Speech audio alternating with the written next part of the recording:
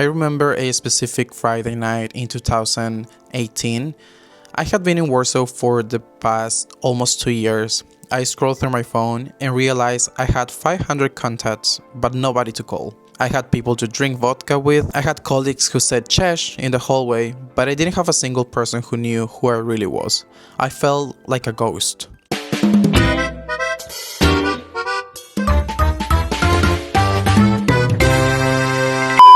If you're an expat in Poland and you feel lonely even though you're surrounded by people, then this video is for you. On this episode, I'm breaking down the Polish wall and the 8-year journey that it took me to finally find my friends in Poland. So let's talk about the peach and the coconut analogy. What do I mean by that? In Latin America, we are soft immediately. We hug, we smile, we make friends quite easily, but we do protect the seed, the deep self. While in Poland or most Slavic countries, they are known as the coconut, meaning that they have a strong shell that is very hard to break in. You know, the Polish stare, the lack of a smile on the street, that can actually feel hostile to a foreigner or to someone that just moved to Poland. To be honest, I used to think that Poles were rude. And that's the truth. That's what I thought. But I was wrong. They are not rude. They're just private. In Peru or Latin America, friendship is public property. In Poland, friendship is a VIP club, but the club inside is exclusive. You know, to be honest, when I first moved to Poland, I thought, oh my god, I'm gonna make so many friends. Because I used to work for an exchange company, right, back in Peru. So we would bring people from abroad to live in Peru. And whenever they would come to my high school, the very first day of school, they would sit on their desk or on their chair, and the whole classroom would be surrounding them, this person. And they would make friends so quickly. They would have plans every day, all the time. They would never feel really alone. But after a while, when you talk to them, they actually thought that it was quite easy to make friends, but they didn't really feel like all of those people were their actual true friends. And I think that's where the difference or the big difference lies between making friends in Poland and Latin America or Peru. So, if you're new to Poland, let me just teach you a little bit of grammar. Let me give you a little bit of definition of what friendship or what are the levels in hierarchy when it comes to friendship in Poland. So, let's just start with level 1, which is nieznajomy, which basically means a stranger. This is a default setting, cold, efficient, stranger. And then we have level 2. We have znajomy, which means acquaintance. This is a bit of a trap. With the znajomy, you hang out, you drink, you talk, but you're not really friends. And to be honest, most of the expats, they get stuck here for 5 years or so. Then on level 3, we have kolega or koleżanka. So a kolega or a koleżanka is basically someone that you work with, that you study with. And then we have the final and the level that everybody wants to reach, which is Przyjaciel. So this word is heavy. It carries a lot of weight.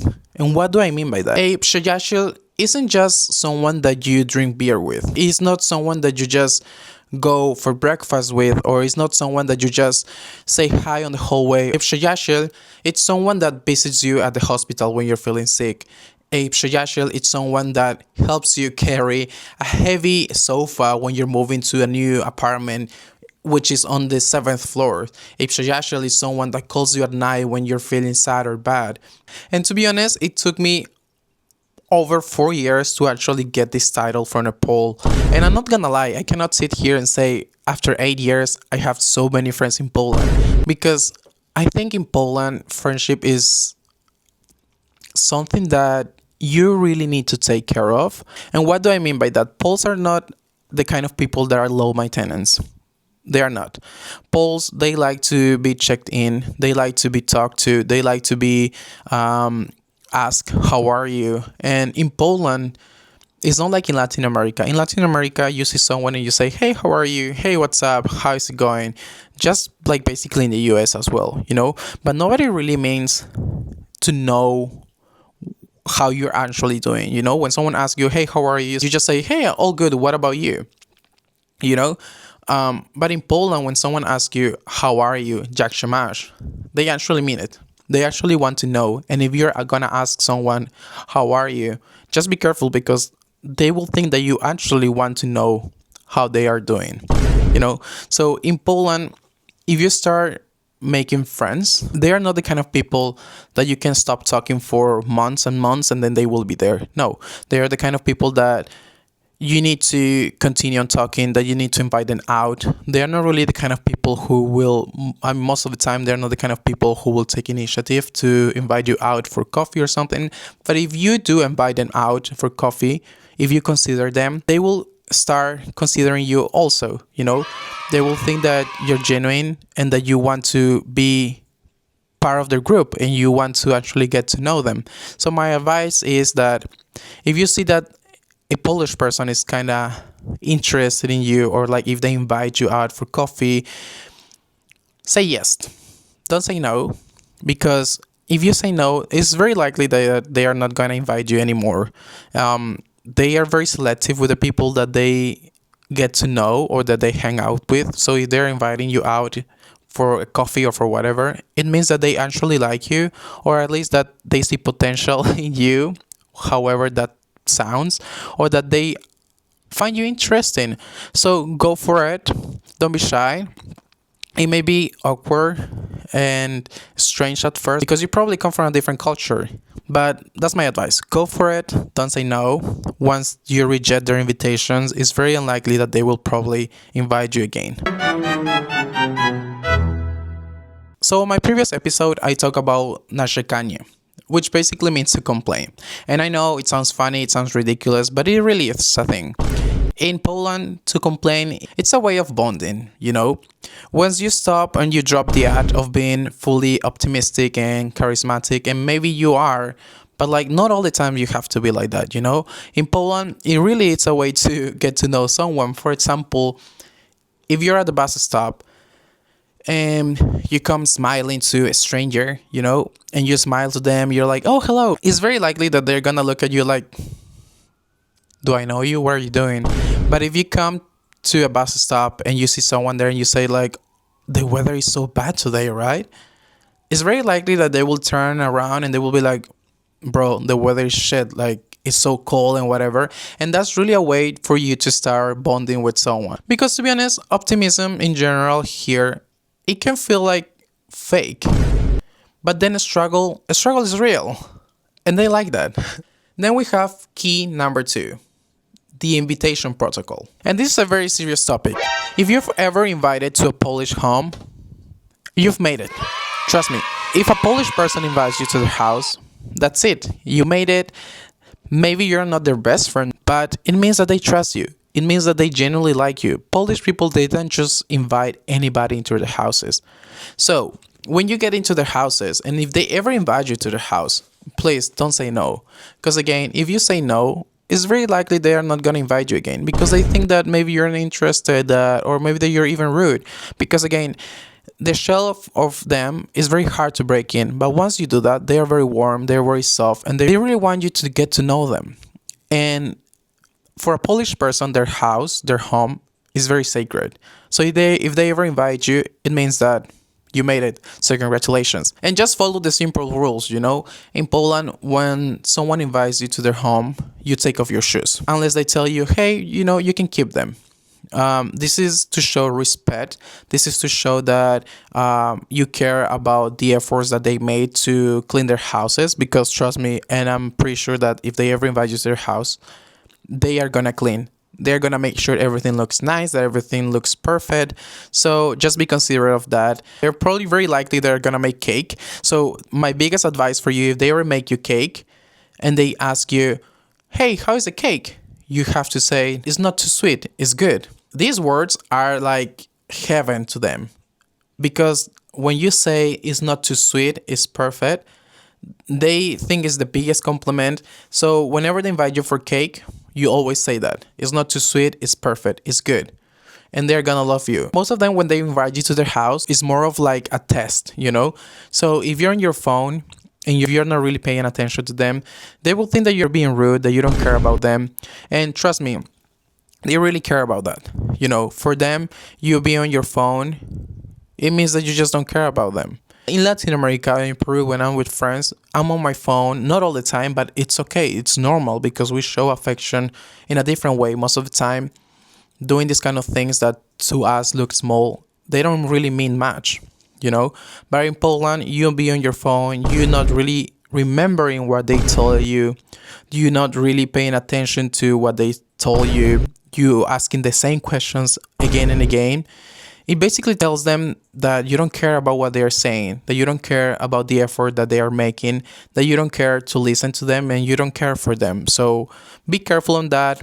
Pay attention to them, ask questions, be intrigued. Okay, and then this takes you to our key number 3, which is share activities versus small talk.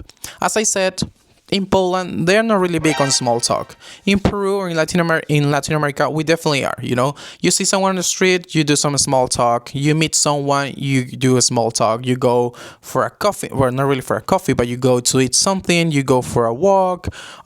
It's always a lot of talking. You know, how is it going? What do you do? What are you up to? In Latin America, it's very common. We're very spontaneous people, most of us, not everybody, but it's very common that, for example, you're at work and then a friend calls you and says like, I will come to you when you're done with work. You know, they're not really asking you, they just tell you, they're just informing you and they will be there. Or like if you're at home at whatever hour and then they tell you, hey, I'm gonna be at your place in almost 10 minutes. It's very normal. In Poland, that's not really a thing.